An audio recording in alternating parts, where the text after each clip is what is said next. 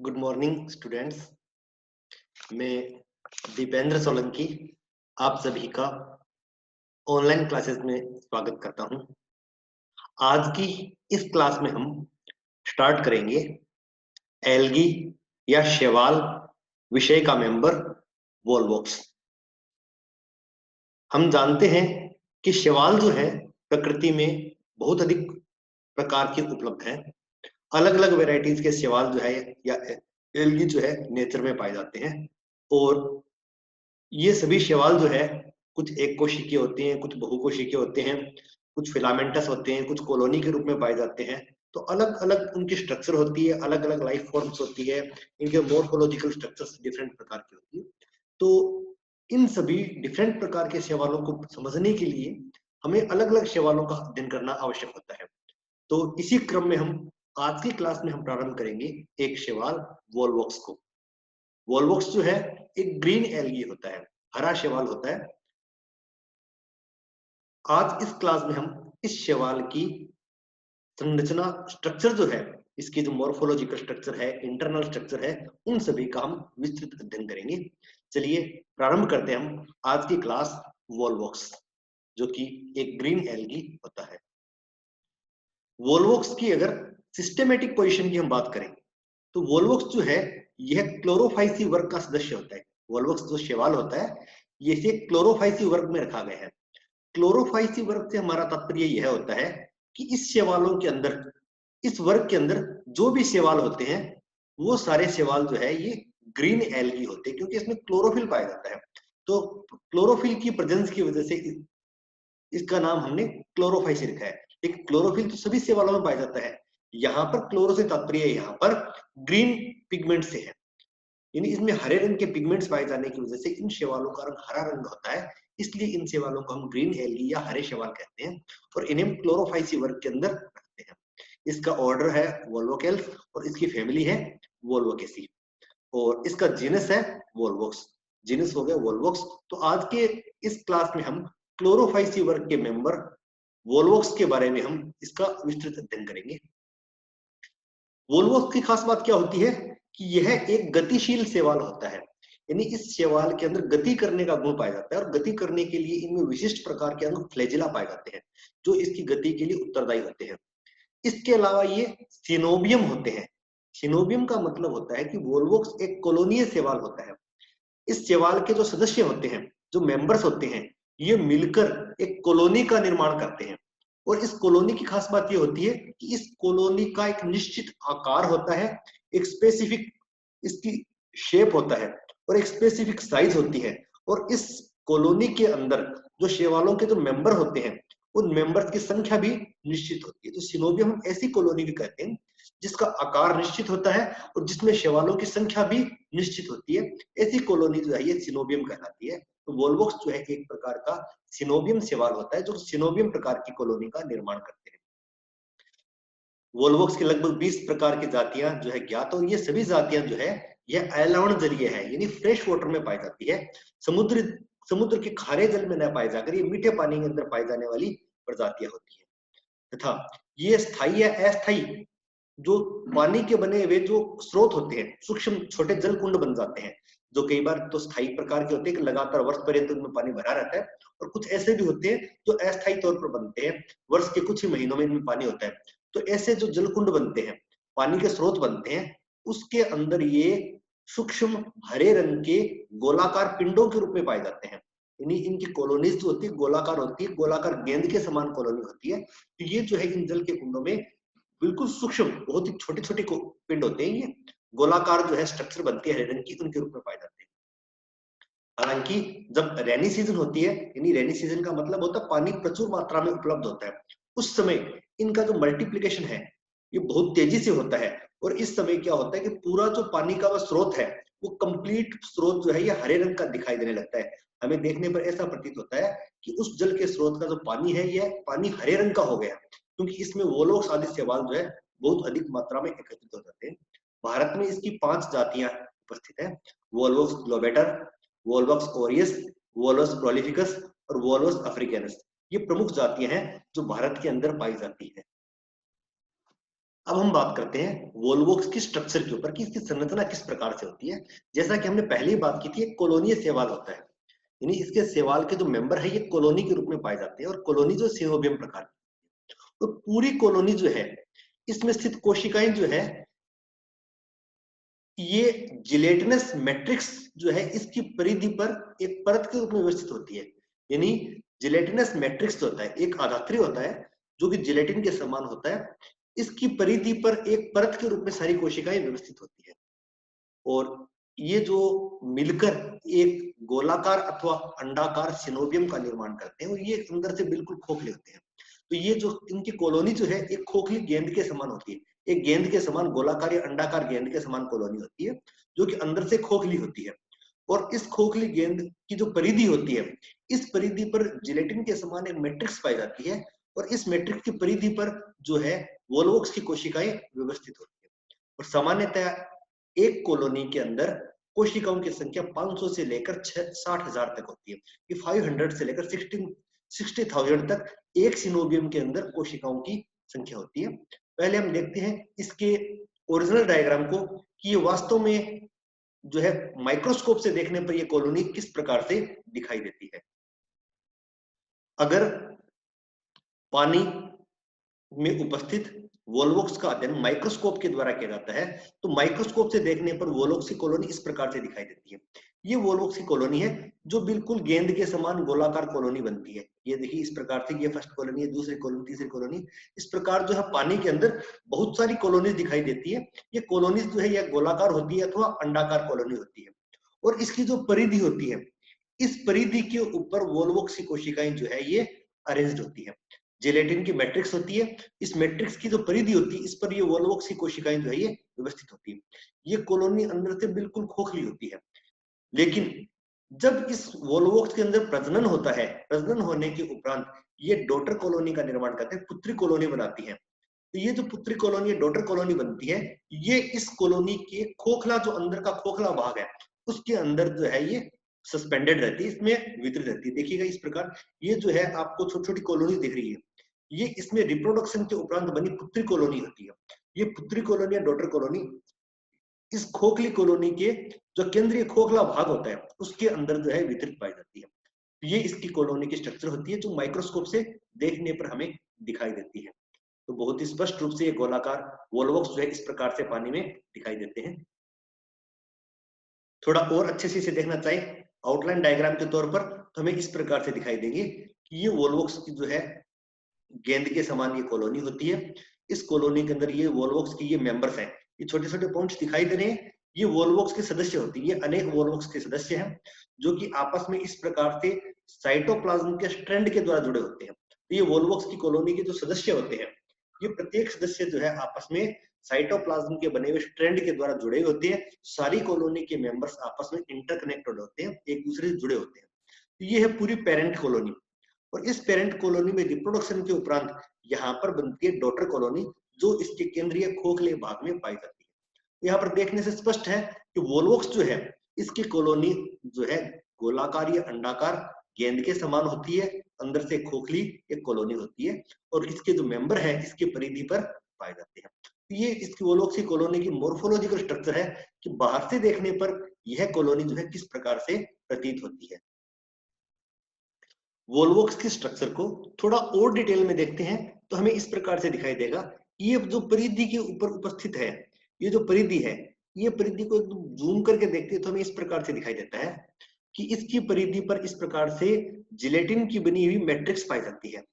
इस जिलेटिन की बनी मैट्रिक्स जो है जिसे हम कॉलोनियल एनवेलप कहते हैं, ये कॉलोनी का एनवेलप होता है जिसके छोटे छोटे कोष्ठक बनते हैं, और प्रत्येक कोष्ठ के अंदर, चेंबर के अंदर जो है वोल्वोक्स का एक मेंबर स्थित होता है। तो इस प्रकार से ये जो है एक वोल्वोक्स का मेंबर होता है।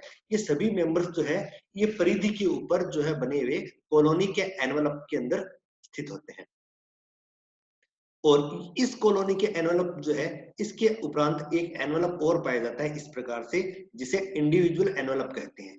यह जो दिख रहा है हमें, यह है इसका इंडिविजुअल एनवेलप। प्रत्येक कोशिका जो है इसका स्वयं का भी एक एनवेलप बनता है। तो दो एनवेलप पाए जाते हैं। ये जिलेटिन की बनी मैट्रिक्स है जिसे कॉलोनियल एनवेलप कहते हैं, और प्रत्येक जो है ये वोल्वोक्स जो है का एक सदस्य है, इसके चारों तरफ एक स्वयं का एनवेलप होता है जिसे हम इंडिविजुअल एनवेलप कहते हैं। और ये जो है एक सिंगल सेल पाई जाती है, जो कि इसकी परिधि पर हमें बहुत सारी कोशिकाएं दिखती है। तो ये इसकी कॉलोनी की एक सिंगल सेल है।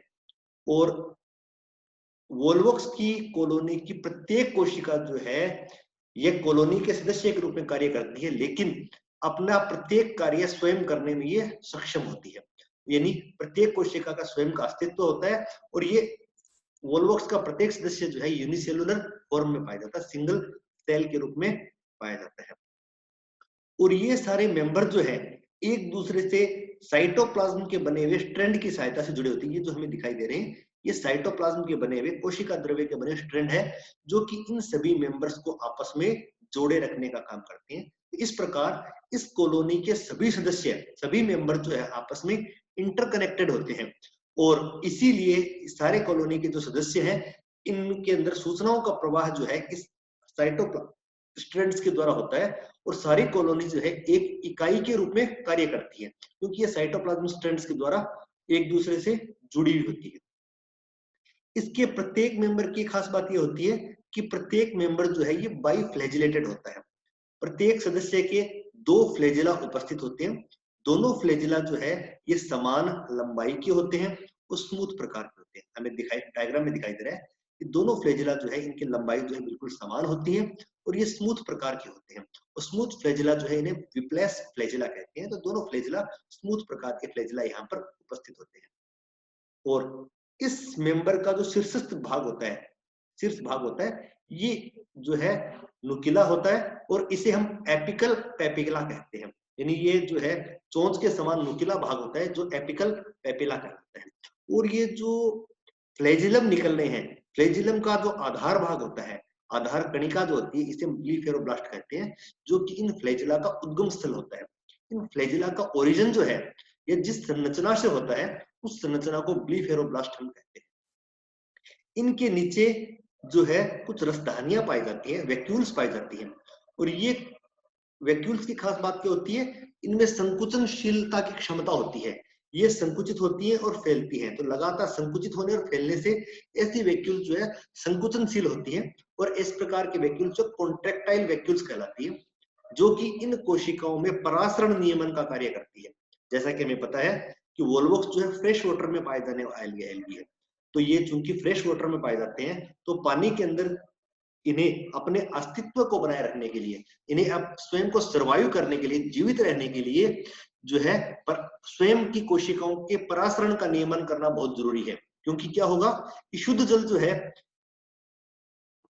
शुद्ध जल का परासरण बहुत अधिक होता है, तो यह कोशिका जो है कोशिका के अंदर लगातार प्रवेश करेगा और कोशिका जो है इससे नष्ट हो सकती है।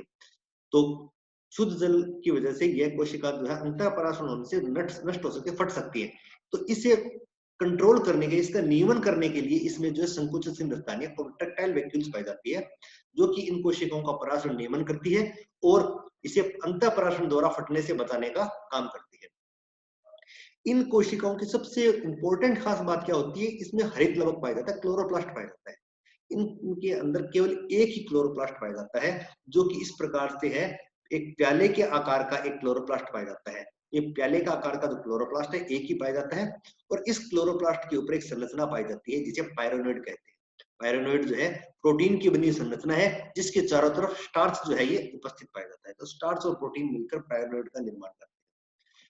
यह एक कोशिकीय स्ट्रक्चर होती है, इसके केंद्रीय भाग में केंद्रक पाया जाता है, और बाकी सभी जो कोशिकांग जो है पाए जाते हैं। क्योंकि यह एक यूकैरियोटिक कोशिका है, तो यूकैरियोटिक कोशिका में पाए जाने वाले समस्त कोशिकांग जैसे जो है अंतःप्रद्रव्य जालिका है, माइटोकॉन्ड्रिया है, क्लोरोप्लास्ट, ये सभी अंग पाए जाते हैं। लेकिन यहाँ पर एक विशिष्ट अंग देखने को मिलता है, यहाँ पर ये ब्लैक कलर का स्पॉट दिखाई दे रहा है, जो कि क्लोरोप्लास्ट से जुड़ा हुआ है, इसे हम आई स्पॉट कहते हैं। आई स्पॉट जो है कहा जाता है कि एक लाइट सेंसिटिव स्पॉट होता है, प्रकाश के प्रति संवेदनशील होता है, और इससे ये कॉलोनी को संवेदनशीलता प्रदान करने का काम करता है।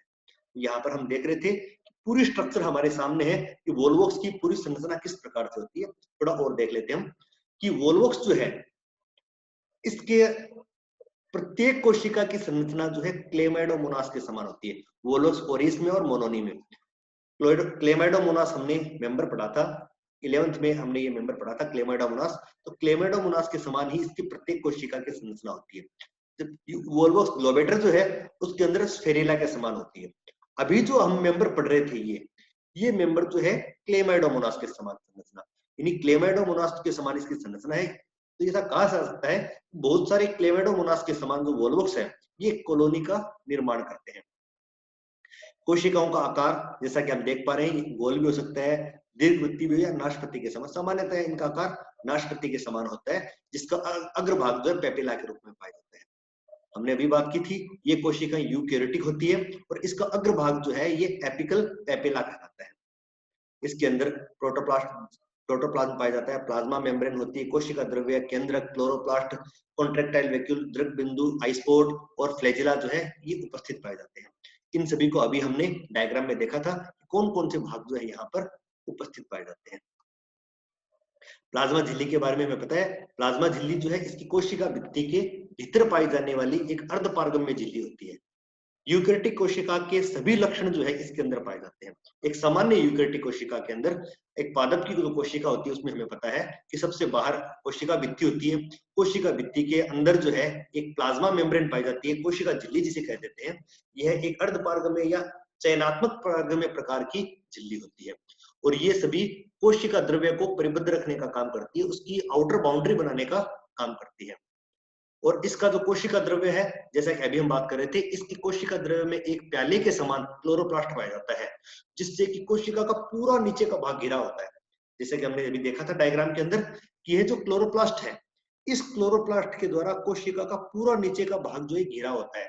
तो ये पूरे भाग को नीचे के भाग को घेरे होती है और एक ही क्लोरोप्लास्ट जो है इस पूरी कोशिका के अंदर पाया जाता है। और इसके ऊपर हमने देखा कि पायरानोइड पाया जाता है जिसका केंद्रीय भाग प्रोटीन का बना होता है और इसके चारों ओर स्टार्च की पट्टिकाएं पाई जाती हैं, पट्टिका स्टार्च प्लेट्स जो इसके चारों ओर पाई जाती है। और इसके खोखले भाग में केंद्रक स्थित होता है। कॉन्ट्रैक्टाइल वैक्यूल्स की हमने बात की थी, ये कॉन्ट्रैक्टाइल वैक्यूल्स जो है ऑस्मो रेगुलेशन या परासरण नियमन का काम करती है। और हमने एक इसके ऊपर आइसपोट देखा था जो सामान्यतः रेड कलर का आइसपोट पाया जाता है। यह इसकी संरचना की अगर बात करें कि इसके अंदर एक बाइकॉन्वेक्स लेंस होता है और एक प्याले या प्लेटनुमा संरचना होती है। यहाँ पर हम डायरेक्ट देखते हैं कि ये जो आइसपोट होता है इसके अंदर इस प्रकार से बाइकॉन्वेक्स लेंस होता है। ये कॉन्वेक्स है, दोनों बाइकॉन्वेक्स लेंस यहाँ पर पाया जाता है और एक फोटोसेंसिटिव रीजन होता है इसके अंदर। और दूसरा ये पिगमेंटेड स्पॉट होता है जो कि प्याले के समान का होता है। प्याले की आकृति का पिगमेंटेड प्लेट पाई जाती है जिसमें विभिन्न प्रकार के पिगमेंट्स पाए जाते हैं। तो यहाँ पर देख सकते हैं कि यहाँ पर जो लेंस होता है यह रंगहीन होता है, जबकि प्याले या प्लेट के समान पिगमेंट वाली जो है पट्टिका उपस्थित होती है। और इस दृक बिंदु का कार्य आइसपोट का काम जो है सामान्यतया प्रकाश का बोध कराना होता है, क्योंकि ये एक लाइट सेंसिटिव ऑर्गन होता है। लेकिन कुछ वैज्ञानिक यह भी कहते हैं कि ये शेडिंग ऑर्गेनल होता है जो कि इसे छाया में ले जाने का काम करता है। एक अभी हमने पढ़ा था कि इस प्रत्येक कोशिका के अग्रभाग में दो समान लंबाई की विप्लेस फ्लैजिला प्रतोद कशाभिका। प्रतोद कशाभिका का मतलब ये कोशिकाएं, ये कशाभिकाएं जो है स्मूथ प्रकार की होती हैं, ऊपर से इनकी सरफेस जो चिकनी होती है, तो इन्हें हम प्रतोद या विप्लेस फ्लैजिला कहते हैं। अभी हमने बात की थी कि सिनोबियम की प्रत्येक कोशिका एक स्वतंत्र रूप से इकाई के रूप में कार्य करने से स्पष्ट होती है। प्रत्येक कोशिका स्वतंत्र होती है, अपना वृद्धि, विभाजन और प्रजनन ये स्वतंत्र रूप से करने में सक्षम होती है। और इनके चारों ओर जेलेटिन का आवरण होता है और स्वयं का आवरण भी इनके ऊपर चारों ओर पाया जाता है।